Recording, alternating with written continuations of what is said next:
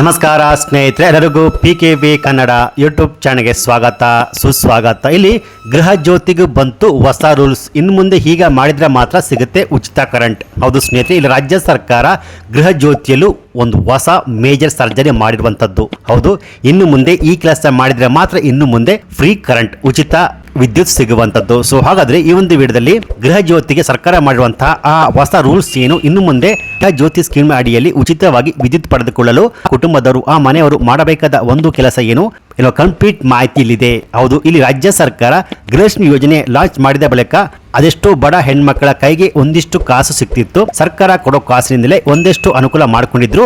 ಆದ್ರೆ ಇವಾಗ ರಾಜ್ಯ ಸರ್ಕಾರ ಗೃಹಲಕ್ಷ್ಮಿ ಯೋಜನೆಯಲ್ಲಿ ಮೇಜರ್ ಸರ್ಜರಿ ಮಾಡಿದ್ದಾರೆ. ಹೌದು, ಕೆಲವೊಂದು ರೂಲ್ಸ್ ಅನ್ನ ಪಾಲನೆ ಮಾಡಿದ್ರೆ ಮಾತ್ರ ಇನ್ನು ಮುಂದೆ ಗೃಹಲಕ್ಷ್ಮಿ ಯೋಜನೆ ಅಡಿಯಲ್ಲಿ ಹಣ ಪಾವತಿ ಆಗುವಂಥದ್ದು. ಇನ್ನೊಂದು ಮುಂದೆ ಹೆಜ್ಜೆ ಹೋಗಿ ಗೃಹ ಜ್ಯೋತಿಯಲ್ಲೂ ಕೂಡ ಸರ್ಕಾರ ಹೊಸ ರೂಲ್ಸ್ ಅನ್ನ ಜಾರಿಗೆ ಮಾಡಿದ್ದಾರೆ. ಈ ರೂಲ್ಸ್ ಅನ್ನ ಪಾಲನೆ ಮಾಡಿದ್ರೆ ಮಾತ್ರ ಇನ್ನು ಮುಂದೆ ಗೃಹ ಜ್ಯೋತಿ ಸ್ಕೀಮ್ ಅಡಿಯಲ್ಲಿ ಉಚಿತ ವಿದ್ಯುತ್ ಸಂಪರ್ಕ ಸಿಗುವಂಥದ್ದು ಸ್ನೇಹಿತರೆ. ಹೌದು, ಗೃಹಲಕ್ಷ್ಮಿ ಹಣ ನಿಮ್ಮ ಬ್ಯಾಂಕ್ ಖಾತೆಗೆ ಬರಬೇಕು ಅಂದ್ರೆ ಪ್ರತಿಯೊಬ್ಬರು ಕೂಡ ಒಂದು ಹೊಸ ರೂಲ್ಸ್ ಅನ್ನ ಪಾಲನೆ ಮಾಡಬೇಕು. ಇಲ್ಲಿ ಹೊಸದಾಗಿ ಅರ್ಜಿ ಹಾಕಿದ್ರೆ ಮಾತ್ರ ಪ್ರತಿ ತಿಂಗಳು 2,000 ರೂಪಾಯಿ ಹಣ ನಿಮ್ಮ ಬ್ಯಾಂಕ್ ಖಾತೆಗೆ ಸಿಗುತ್ತೆ. ಅಷ್ಟೇ ಅಲ್ಲ, ಫ್ರೀ ಕರೆಂಟ್ಗೂ ಹೊಸ ರೂಲ್ಸ್ ಅನ್ನ ಜಾರಿಗೆ ಮಾಡಿದ್ದಾರೆ. ಹೌದು, ಗೃಹ ಜ್ಯೋತಿಗೂ ಶೀಘ್ರದಲ್ಲೇ ವೋಟರ್ ID ಲಿಂಕ್. ಇಲ್ಲಿ ರಾಜ್ಯ ಸರ್ಕಾರದ 5 ಗ್ಯಾರಂಟಿ ಸ್ಕೀಮ್ಗಳ ಪೈಕಿ ಜನಪ್ರಿಯ ಸ್ಕೀಮ್ಗಳಾದ ಗೃಹ ಜ್ಯೋತಿ ಮತ್ತು ಗೃಹಲಕ್ಷ್ಮಿ ಯೋಜನೆಗೆ ಪರಿಷ್ಕರಣೆಗೆ ಸರ್ಕಾರ ಮುಂದಾಗಿದ್ದು, ಶೀಘ್ರದಲ್ಲೇ ಗೃಹ ಜ್ಯೋತಿಗೂ ವೋಟರ್ ID ಕಡ್ಡಾಯ ಎಂಬ ರೂಲ್ಸ್ ಅನ್ನ ಜಾರಿಗೆ ತರುವ ಸಂಭವ ಇದೆ ಎನ್ನಲಾಗಿದೆ. ಗೃಹ ಜ್ಯೋತಿಯಲ್ಲಿ ಉಚಿತ ಕರೆಂಟ್ ಪಡೆದುಕೊಳ್ಳಲು ಪ್ರತಿಯೊಬ್ಬ ಮನೆ ಯಜಮಾನಿ ಅವರ ವೋಟರ್ ID ಲಿಂಕ್ ಮಾಡಿಕೊಳ್ಳಬೇಕು. ಹೌದು, ಇಲ್ಲಿ ರಾಜ್ಯ ಸರ್ಕಾರದ ಹಣ ಪೋಲಾಗುವುದನ್ನು ತಡೆಯಲು ಸರ್ಕಾರ ಮೇಜರ್ ಸರ್ಜರಿಗೆ ಮುಂದಾಗಿದ್ದು, ಶಕ್ತಿ ಯೋಜನೆಯಂತೆ ಗೃಹ ಜ್ಯೋತಿಗೂ ಸ್ಮಾರ್ಟ್ ಕಾರ್ಡ್ ವಿತರಣೆಗೆ ಚಿಂತನೆ ನಡೆಸಿದೆ ಎನ್ನಲಾಗಿದೆ. ಈ ಸ್ಮಾರ್ಟ್ ಕಾರ್ಡ್ಗೆ ಕುಟುಂಬದ ಯಜಮಾನಿಯ ಗುರುತಿನ ಸಂಖ್ಯೆ ಅಂದರೆ ವೋಟರ್ ಐಡಿಯನ್ನು ಲಿಂಕ್ ಮಾಡುವುದು ಕಡ್ಡಾಯಗೊಳಿಸಲಾಗಿದೆ ಎನ್ನುವ ಮಾಹಿತಿ ಲಭ್ಯವಾಗಿದೆ. ಯಾಕೆಂದ್ರೆ ಇಲ್ಲಿ ಹೊರ ರಾಜ್ಯದ ಫಲಾನುಭವಿಗಳಿಗೆ ಕಡಿವಾಣ ಆಗುವ ಉದ್ದೇಶದಿಂದ ಸರ್ಕಾರ ಈ ತೀರ್ಮಾನಕ್ಕೆ ಮುಂದಾಗಿದೆ.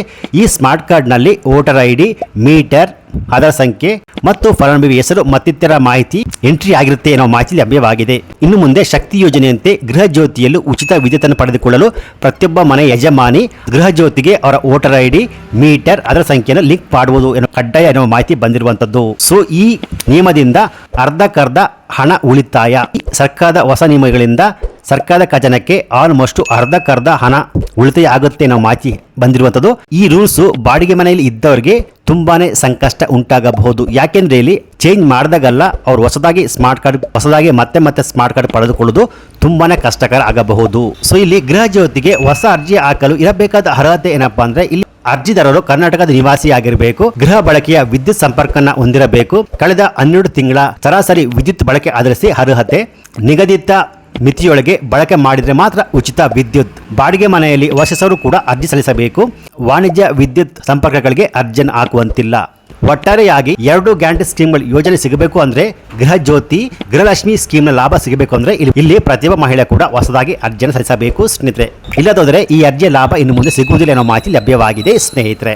ಸೊ ಈ ಮಾಹಿತಿ ನಿಮಗೆ ಇಷ್ಟ ಆಗಿದ್ರೆ ಈ ಮಾಹಿತಿಯನ್ನು ಲೈಕ್ ಕೊಟ್ಟು ಈ ಮಾಹಿತಿನ ಆದಷ್ಟು ಎಲ್ಲರಿಗೂ ನಿಮ್ಮ ಫೇಸ್ಬುಕ್, ವಾಟ್ಸ್ಆಪ್ ಮೂಲಕ ಶೇರ್ ಮಾಡಿ. ಹಾಗೆಯೇ ಇದೇ ರೀತಿಯಾದ ಸರ್ಕಾರಿ ಮಾಹಿತಿಗಳಿಗೆ ಕೂಡಲೇ PKV ಕನ್ನಡ ಯೂಟ್ಯೂಬ್ ಚಾನಲ್ಗೆ ಸಬ್ಸ್ಕ್ರೈಬ್ ಮಾಡಿ, ಸಪೋರ್ಟ್ ಮಾಡಿ. Thanks for watching.